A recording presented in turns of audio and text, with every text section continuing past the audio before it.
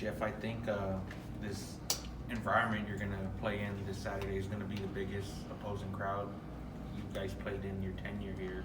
What, you guys preparing anything special for that type of environment?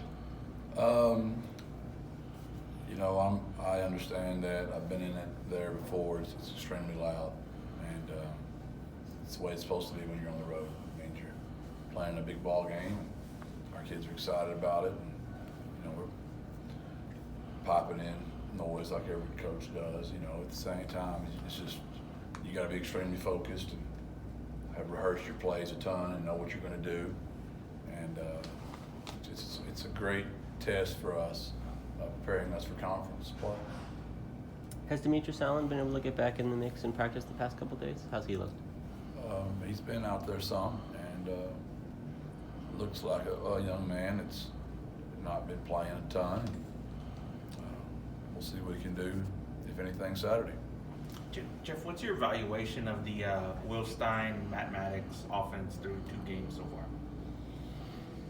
far? We just don't look at it the way y'all do. We don't look at it as the Will Stein, Matt Maddox offense. I know that's the way y'all do it. That's great.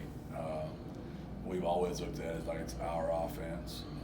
It's a conglomerate effort of everybody on the staff. They all have specific responsibilities, from red zone to coming out, third and short, third and long, 2 minute. They all have their responsibilities, and when it goes on the sheet, it's on the sheet. Now, Will Stein ultimately has the power, and Matt Maddox and the power in the room to veto almost everybody in the room on what plays go down, right? We've had some unfortunate injuries up front on the line, which has made us have to play a way we don't necessarily desire to play, but I think they're doing a very good job of doing what coaching is, which is adjusting to what your personnel is on the field. When you look at Texas from last year to the first 2 games this year, what stands out of where they've really improved? Interior, they're different. I mean, they're really experienced on the D line, and on the O line, they're just way more massive. I know they're playing some younger kids, but they're as good a players there are in the country for their position. So I would say interiorly, and I've always thought that Bijan and Roshan are 2 of the best backs in the entire country. I've had tons of respect for them for a long time, and nothing I've seen a video has made me change my mind for dang sure. They're really different backs. How have Bentley and Frankie been able to progress with a couple of weeks of experience under their belt now? They're getting better, right? We still have way too many penalties out there. We've got to get that stuff cleaned up. It's just their technique. They've both been put in bad positions. They're centers and guards. We had 4 guys go down. We've got 2 freshmen we feel really good about that we're going to try like heck, to redshirt and not burn up the 4 games. So that puts 6 tackles down, and that's how you end up in this position that we're in right now. I just don't think it's fair to Ben and DeAndre that they get thrown in that fire against Houston, Army, and Texas. Not that there's 4 teams that I'm going to mention that, because it sounds like we're saying those teams are worse than those 3, but these 3 we're playing are not a great way to start off your career at tackle. Jeff, can you update us on Mekhi Hart? What's his status, and do you expect him back at some point this season? Yeah, we expect them all back at some point this season. We just don't know when. How much, or do you adjust the workload this week, knowing you're thin up front and knowing you played obviously 2 overtime games and a physical game? It's a great question. There down now, I'm going to catch it from JJ. I said it's a great question. Because when I say that, it's things I literally had to think about today. Like, we squatted yesterday. How heavy are you squatting on? What's the percentage? How many reps? How deep? All those things just go into all your decisions. And it's such a fine line. And I wish I could tell you I had that scientific magic formula. We're just doing our best to use our common sense and prepare so we're ready to go Saturday. We've talked about the running game and the scope of the offensive line, but how have your backs played so far? What's been your impression of Brendan Brady and Traylor Smith?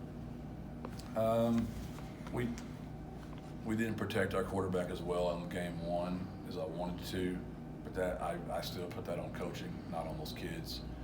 Game 2, I mean, they brought boundary smash, and man, Trey stepped up in there, and that linebacker, just smoked him. But it wasn't lack of courage; it was just lack of physics. I mean, it was just so there. That's where I always start, is that how they protect the quarterback. Second, we go to how they protect the football, which they've done a fantastic job of that, right? And they didn't have a lot of opportunity to really run the ball with success that first game, so it's hard to judge them. Some things that we look at as a coach are some of the best runs in football are 0 yards. It's just getting back to the line of scrimmage, and we don't want negative plays. So, do we protect our quarterback? Do we protect the football? And when you get your opportunity to make a play, did you? And then there's obviously catching the ball in the backfield, which all those guys have done a fantastic job of that. Jeff, what's the challenges with defending the Wildcat offense? It's a +1 run. They've got one more guy than you do. It's what Army does a different way. Yeah. Right? It's what we do with RPOs. I mean, so there's a lot of ways to skin a cat. It's a great deal to do when you've got a guy like Roshan, because he can throw it. He's a high school quarterback. They've done it before. And I've said this, numerous times. I think Coach Sarkisian is one of the best offensive minds in the business. He does a great job each week. Their schemes are sound. They're good for their kids. And I've stolen a lot of stuff from him through the years. I mean, I watch him almost every week when he was in his whole career. I've always kind of watched him.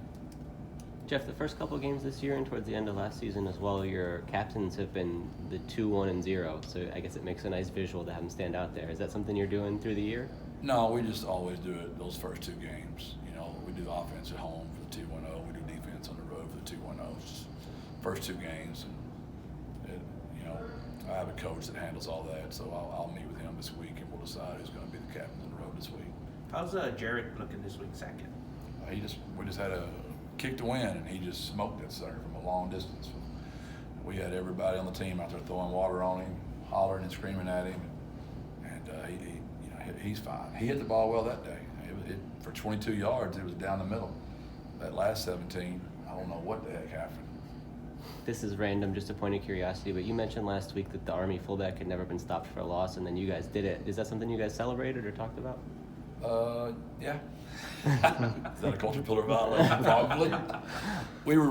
We thought to win the game, we had to win the turnover battle, which we did, and we had to stop that fullback, which we thought we did enough, right? So that was really proud of our kids for doing those 2 things. And yeah, our kids, they celebrated it, and we celebrated on video, and it's a big deal. I think it's the longest streak, I might be wrong, maybe ever in college football. That's what somebody told me. So, if I heard it, it has to be true, right? Is there a comparable prep for a guy like Bijan? Like, does the McBride kid, is he just a different style? Like, is there somebody in the last 3 years you've been here you can point to? No. That guy, he's as good as there is. I mean, he reminds me of Barkley from Penn State. I don't know, it's because of their lower body strength. What that is in my mind that makes me say that, really, that's who comes to my mind. And I've obviously never played against Saquon either. And Roshan is, they're both stocky, strong, physical backs, and they complement each other very well. And Coach Sarkisian does a good job of using both of them. Is there any way you can prepare or practice to tackle players like that, or do you have to focus on different things? If you try to tackle somebody like him every day, you wouldn't have anybody on your defense left to play Saturday. That's what them old heads say, because that's what they were made to do, 40 years ago. And you just don't get to go out there and tackle Billy Sims and Earl Campbell, those kind of guys, Eric Dickerson, very many times in your life. And I know those are the greatest backs of all time, so I'm not trying to embellish this, but Bijan is as good a back as there is in college football, in my opinion.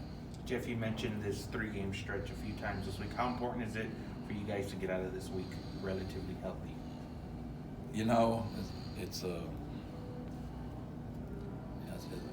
you should always pray for team health, right? But man, the 3-game stretch we've gone through, we've taken a big hit at offensive tackle, but we just don't need to take any more hits. and because we know those guys are coming back, there's still hope that we can just hold on. Think how deep we're going to be when they all come back. So yeah, team health's always so important, and I just cringe for every coach when they lose, key positions, or any player for that matter.